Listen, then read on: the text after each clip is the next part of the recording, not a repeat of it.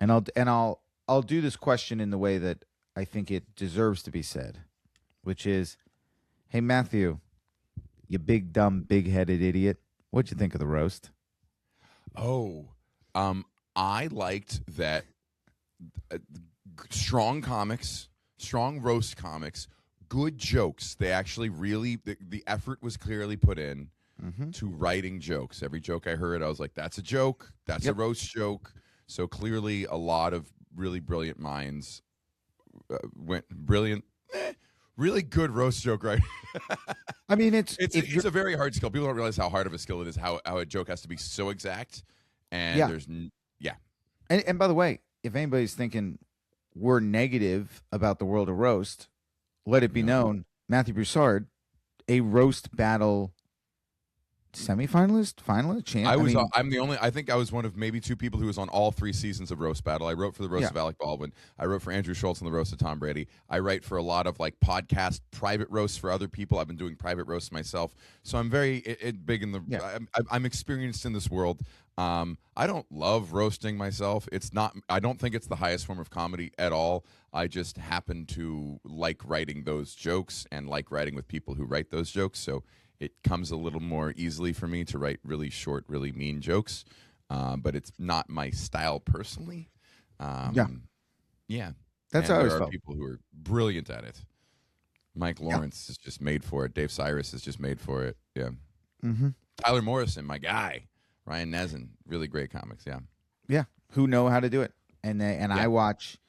I'm not as good at it, but I'm not negative about it. Mm-hmm. I say some of the people involved. I go, not my favorite version.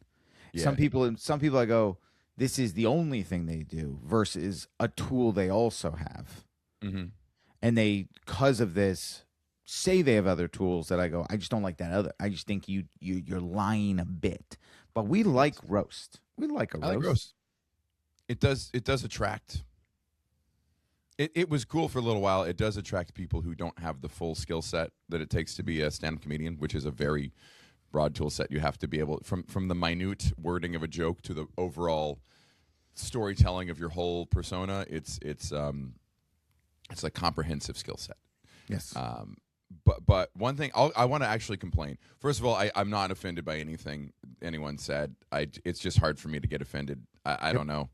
They're like I'm not gonna. Yeah, It's a very roast. silly, and they want you to be offended. It's very silly for people to like be mad about it. I'm like, that's the goal.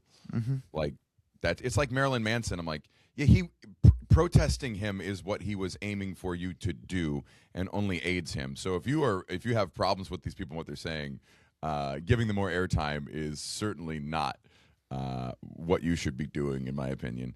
Here's what I think is lame. Here's what I don't like, and I can't tell if I'm getting older or things are changing. Uh, it it's it's an arena. It's Netflix, and almost everyone on the dais is a fucking millionaire. It's not underground anymore. Roast was meant to be this countercultural thing, this grimy back room, people wearing suits and saying filthy stuff. When I loved the roast on Comedy Central, the comics were club acts. It was Geraldo and Patrice, and then like a young Jeselnik. People who were doing clubs weren't yet up to theaters, not near arenas. I feel like it was such levels of star power, and it was in an arena. When I was there for Brady, it was like 10,000 people. I think it might have been the same.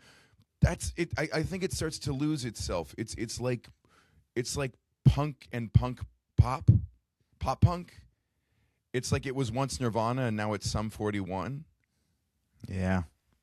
Yeah. Yeah. It's this. Yeah. It's lost its. It's just lost any sense of. It's so big. I mean, The Rock closed it. I mean, The Rock. The You have Rock the was. same panel as Good Morning America. Yes. It's you can still enjoy it. Listen, for people who enjoy those kinds of jokes, which is a lot of people, absolutely, this is the Olympics of that. This is it done to the best of anyone's abilities, and that's really, really great to watch mastery of that skill set. But you can't celebrate it as this countercultural underground movement that it once was. No. No, You can't. it's mainstream. And The- it also goes hand in hand with the administration, which I also find a little lame that like who are you protesting? Trump agrees with you. Yes. Although Uh-huh. I would say for this one, to its credit, Yeah. I think this was a spread out dais politically. Sure. Yeah, and I This shouldn't one, get into the politics of it. Right. yeah, I was going to say this one, to their credit, was. I mean, that's what makes it so interesting. Actually, was you kind of have two different fights happening at once post roast, Mm. and does everything have to be a fight? But you have two different fights that are broken out. One is the this joke was offensive thing. Mhm. You have a joke on the right that was offensive. You have a joke on the left that was offensive. Both sides yelling about their specific joke that they didn't like, and going, "Why are you upset by this joke that we do like?" So it's truly the dumbest fight of all time. It's super stupid, and it's it's a perfect symmetry Yeah, it's to too highlight the diff- hypocrisy. Yeah. Yes, it's Yeah. some people going, "This joke way too far," and then other people going, "This joke way too far." And both groups going, "What are you talking about? That joke was fine. It was your joke." It's like, guys, pick a lane. And what I think was lost in all of this is Big J not just did incredibly well. You want to talk about a club act? That's a guy who's still a club act. And this was a great moment for him to really prove himself against comics who are more successful. But I mean, Big J's one of the best comics working. He's been for a long time. Material, crowd work, podcasts. He's so obscenely talented. And he did in this roast, the two clips I've seen of him, both were format breaking, very alt. Ooh, this is a big. He did alt shit that worked. He did a multimedia thing that was so inventive. He did a in memoriam joke that was maybe it tickled me because I know a little bit more about it, but it was so form defying. And then he did a joke where it was almost at midnight where he set up this very original premise that no one else saw. What is 50 Cent having sex with Chelsea Handler? What does that smell like? And then he lists off like 7 jokes. First of all, listen, do you know how hard it is to do one setup and then 7 different punchlines? They have to all be funny and so different. If they sound at all alike, they all have to do something different. You have to find 7 very different jokes and then throws it to the audience to do like an online multimedia thing, which is brilliant, which is taking advantage of it's breaking rules you didn't know were there. It's alt. It's just so good. Props to Big J. He took this assignment and did more with it than I would have ever dared to. Not since Andy Samberg at the Seth Rogen. Seth Rogen had a couple creative ones because it was a different type of comic that showed up. And I thought they did a really good job with that one. It was the last time a roast was, to me, really fascinating because people broke, half the people went a different direction and went with this. Bill Hader played a character. Andy Samberg did counter roast. And So both, well, by the way. That's so hard to do. so well.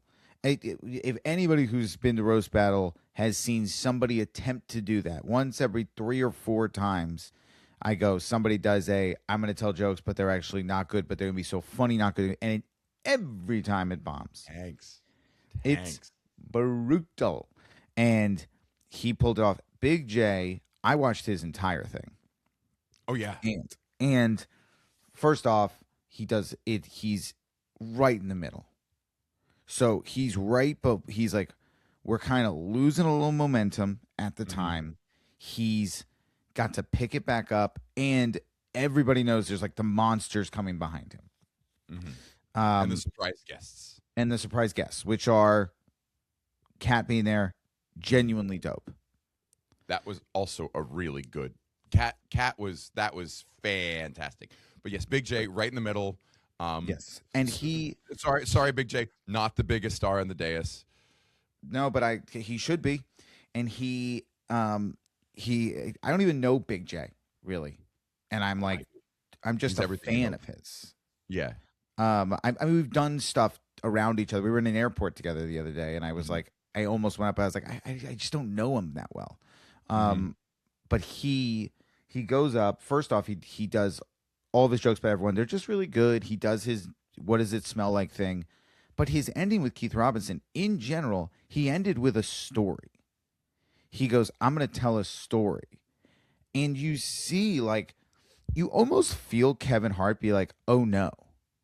It feels like Kevin Hart really vouched for Big J. It was like, he should be up here.